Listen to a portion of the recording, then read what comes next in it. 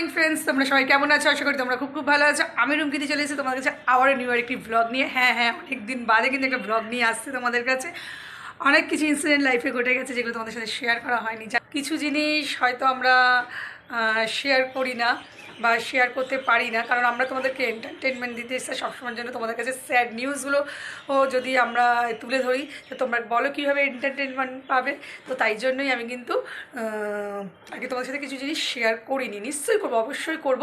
তো চলো তোমরা, আর তার থেকে বড় কথা দেখতে পাচ্ছ আস্তে আস্তে আমার পরিবারটা কতটা সুন্দর বড় হচ্ছে। তোমরা যে আমাকে এতটা ভালোবাসা দেবে কোনোদিন ভাবতে পারি না। বিশেষ করে তোমরা কিন্তু শর্ট রিলসগুলো যেগুলো পোস্ট করি তোমরা অনেক অনেক ভালোবাসা দাও। এভাবেই তোমরা ভালোবাসা দিয়ে যাও। আগামী দিন হয়তো আমি এগিয়ে যেতে পারবো। তো চলো আর বকবক করবো না, তো চলো দিনটা শুরু করা যাক। আর আজকে কিন্তু সানডে থেকে ব্লগটা স্টার্ট করলাম। আই হোপ তোমাদের এই ছোটো ব্লগটা ভালো লাগবে। তো চলো দিনটা স্টার্ট করা যাক।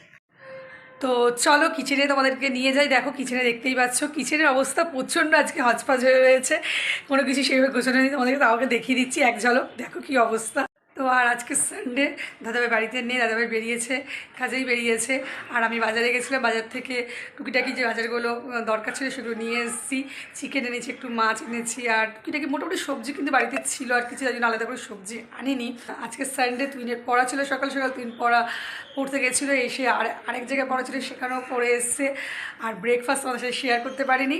আশা করছি লাঞ্চে কী কী মেনু করি সেটা শেয়ার করবো। প্রত্যেকটা রেসিপি হয়তো তোমাদের সাথে শেয়ার করতে পারবো না, কিন্তু যদি পারি তো লাঞ্চে কী কী মেনু করছি সেগুলো তোমার সাথে শেয়ার করে দেবো। চলো তাহলে দিনটা স্টার্ট করা যাক। হ্যাঁ, একটা কথা কিন্তু আমাদেরকে বলতে ভুলে গেছি ইন্ট্রোতেই, কাছে দূরে যেখান থেকে ব্লগটি দেখছেন, ছোটো হলে অনেক অনেক ভালোবাসা আর বড় হলে প্রোগ্রাম। তো চলো, আই হোপ তোমাদের এই ছোট্ট ব্লগ আজকে দেখতে খুব খুব ভালো লাগবে।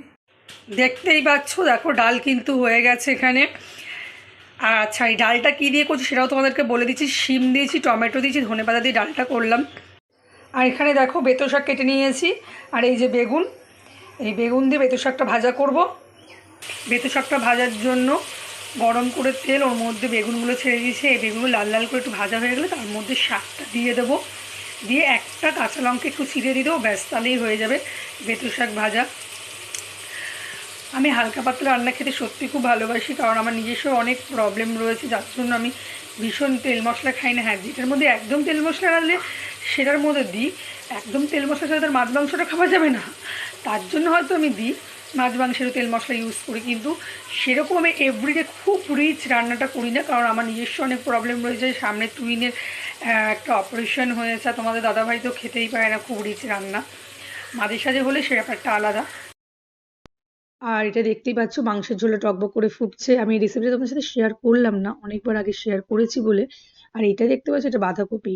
বাঁধাকপি নিয়ে এসেছিলাম বাজার থেকে, আর অনেক দিন আগেই এনেছিলাম। সেভাবে আমার বাড়িতে কেউ বাঁধাকপি খেতে চায় না, তো ভাবলাম যে নষ্ট হচ্ছে, শুকিয়ে যাচ্ছে, চলো কটা বড়া করে ফেলা যাক। ডালের সাথে গরম গরম বাঁধাকপির বড়া খেতে ভালোই লাগবে।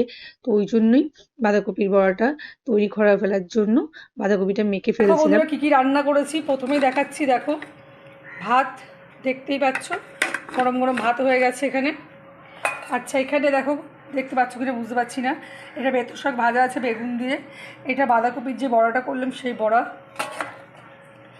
আর হচ্ছে এখানে শিম দিয়ে, টমেটো দিয়ে, কাঁচা লঙ্কা দিয়ে মসুর ডাল।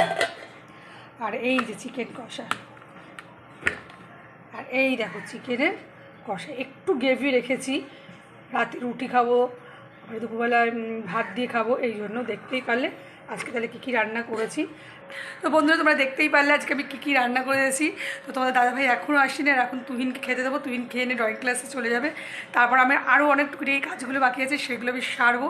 তারপর আমাদের খেতে খেতে আজকে 3:30 4টে বাজবে। কিচ্ছু করার নেই, রবিবার মানেই হচ্ছে সানডে, সানডে মানেই হচ্ছে আলসেমি ফান্ডে, এইভাবেই দিনটা কেটে যায়।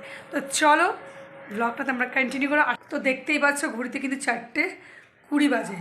তো ঘড়িটা কিন্তু 10 মিনিট ফাস্ট করাই রয়েছে। তো দেখতেই পারলে ঘড়িটা 4:20। তো 4:20টা সেটা 10 মিনিট ফাস্ট করা রয়েছে, কারণ হচ্ছে তুই সকালবেলা যেহেতু মর্নিংয়ে অনেক মর্নিংয়ে স্কুলে যায়, তার জন্য কি করতে হয়, তো ঘড়িটা 10 মিনিট ফাস্ট করেই রেখেছি, যাতে একটু 10 মিনিট আর কি আগে উঠে কাজগুলো ঠিকঠাক করে নিতে পারি। আর তোমাদের দাদাভাই চলে এসে খাওয়া দাওয়া করে ওখানে শুয়ে রয়েছে, 1টা বাজতে যায়। তো সন্ধে দেওয়া হয়ে গেছে, চা খাওয়া হয়ে গেছে, আর আমি ওদিকে রান্নাঘরে তোমার ওই পকোড়া বানাচ্ছি লোটে মাছের। দাদাভাই নেই, দাদাভাই বিকেলেও বেরিয়েছে, তো আমি আর তুহিন এখন কয়েকটা ভেজে খাবো। আর দাদাভাই এসে দাদাভাইকে আবার গরম গরম ভেজে দেবো। তো চলো ব্যাক ক্যামেরা করে দেখাই। জানি না তোমরা ঠিকঠাক দেখতে পারবে কিন্তু তাও চেষ্টা করছি তোমাদের দেখানো। তো চলো। আর ওদিকে দেখো তুহিন মাছ নিয়ে, দেখতে পাচ্ছ কী করছে। দেখো পকোড়া ভাজছি। আর এইখানে এই যে কটা ভাজা হয়ে গেছে অলরেডি, দেখতে পাচ্ছ এখানে এতগুলো ভাজা হয়ে গেছে। তো তোমরা দেখতেই পারলে। তো কিচেনে লোটে মাছের পকোড়া ভাজছি। তো কটা ভেজে আমি আর তুহিন এখন খাবো। আর দাদাভাই আসলে দাদাভাইকে ভেজে দেবো, কারণ এইসব জিনিস না তো ঠান্ডা করে খেলে ভালো লাগে না, তাই দাদাভাই আসবে যখন দাদাভাইকে ভেজে দেবো। আমি আর তুহিন এখন খাই কটা ভেজে। তো চলো, আজকে যদি তোমাদের ব্লগটা ভালো লাগে অতি অবশ্যই লাইক শেয়ার কমেন্টস করো।